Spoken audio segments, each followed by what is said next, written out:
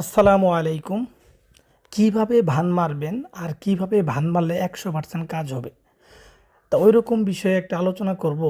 এবং যে তাবিজের মাধ্যমে ভান মারলে 100% কাজ হবে সেরকম একটা তাবিজ নিয়ে আপনাদের মাঝে আলোচনা করব এবং এর বিস্তারিত আপনাদের মাঝে শেয়ার করব, যেন আপনারা নিজেরাও যেন এই তাবিজ দিয়ে কাজ করতে পারেন, নিজে নিজেই যেন করতে পারেন, কোনো কবিরাজ তান্ত্রিকের কাছে যেন না যাওয়া লাগে।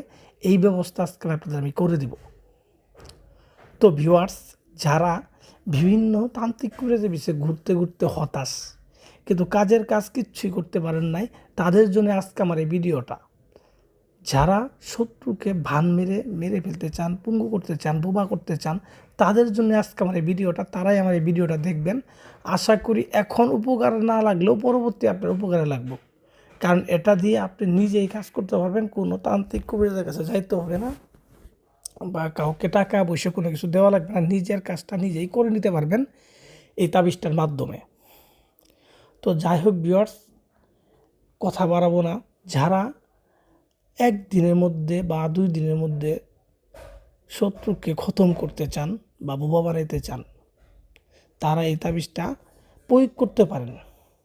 এই তাবিজটা একটা কুফরি তাবিজ, 100% কুফরি তাবিজ এবং মিশরি তাবিজ।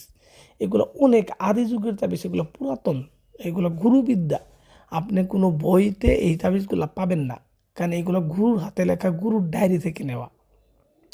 এগুলো পুরাতন, অনেক পুরাতন। এগুলা খুবই কার্যকরী তাবিজ, খুবই কার্যকরী। অনেকে বলতে পারেন যে ভাই এরকম তো সবাই বলে, কিন্তু পরবর্তীতে কবিরাজের টাকা দিলে বলে যে শরীর বন্ধ, অমুক সমস্যা তমুক সমস্যা, বিভিন্ন রকম সমস্যা দেখা দেয়। কিন্তু আসল কথা হচ্ছে, শোনেন বিষয়টা কি জানেন, শরীর বন্ধ মানুষের থাকতেই পারে, এটা কোনো বিষয় না।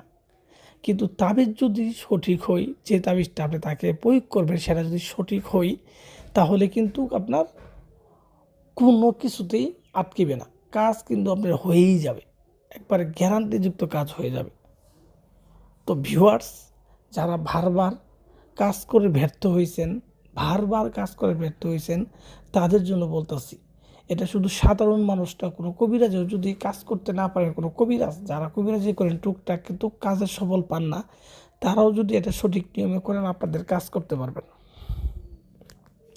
কিন্তু এটার মূল তথ্য হচ্ছে সঠিকভাবে কাজ করতে হবে, একেবারে সঠিকভাবে। তো ভিউয়ার্স, আমি আর কথা না বাড়াই, তাবিজটা কীভাবে লিখবেন।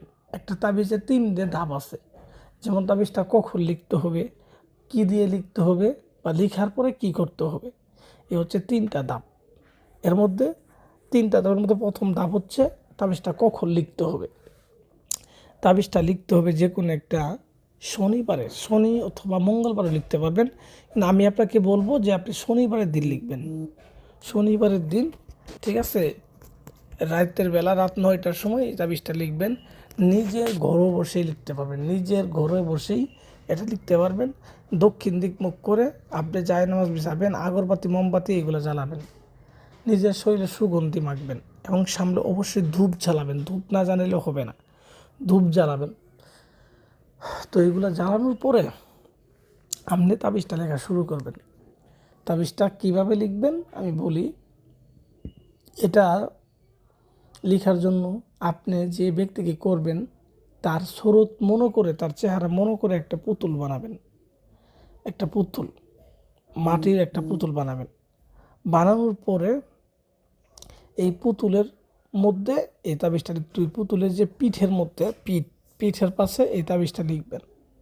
ঠিক আছে, পিঠের মধ্যে লেখার পরে সেই ব্যক্তির নাম এবং তার বাবার নাম লিখে দেবেন। যদি পারেন সেই ব্যক্তি যদি কোনো ছবি থাকে, তাহলে এই একটা ছবি দিয়ে এই পুতুলের পিছনে একটা ছবি আপনি আটকাই দিবেন কোনো কিছু দিয়ে, বা ছোটো পিন দিয়ে হোক, আর বেঁধে দেন, একটা ছবি আটকাই দিবেন। আটকাই দেওয়ার পরে এই পুতুলের উপরে কি করবেন, আপনি পুতুলের উপরে আপনি সিঁদুর লাগাই দেবেন, আকুটে সিঁদুর লাগাবেন, কাম সিঁদুর লাগাবেন, ঘুচুনা লাগাই দিবেন। ঠিক আছে, চন্দন লাগাবেন, চন্দন, সাদা চন্দন আছে, এই চন্দনগুলো বাজার কিনতে পারবেন, এই চন্দন দিয়ে পুতুলে লাগাবেন। ঠিক আছে, লাগানোর পরে এই পুতুলটাকে আপনি লাল কাপড় দিয়ে পেঁচাবেন, লাল কাপড় দিয়ে পুতুলটাকে পেঁচিয়ে ফেলবেন। পেঁচিয়ে ফেলার পরে এই পুতুলটাকে আপনি যে কোনো একটা মানে পচা জায়গায়, বাথরুম অথবা নর্দমা, ডাস্টবিন, এইগুলোর মধ্যে পুতুলটাকে ফেলাই দিয়ে আসবেন। ঠিক আছে, এইভাবে আপনি কাজটা করবেন, আশা করি 100% কাজ হবে। এরপরও যদি বুঝতে কোনো জায়গায় সমস্যা হয়, আপনি আমাকে মেসেজ করেন বা কমেন্ট করেন, আমি সুন্দরভাবে আপনাকে বুঝিয়ে দিব।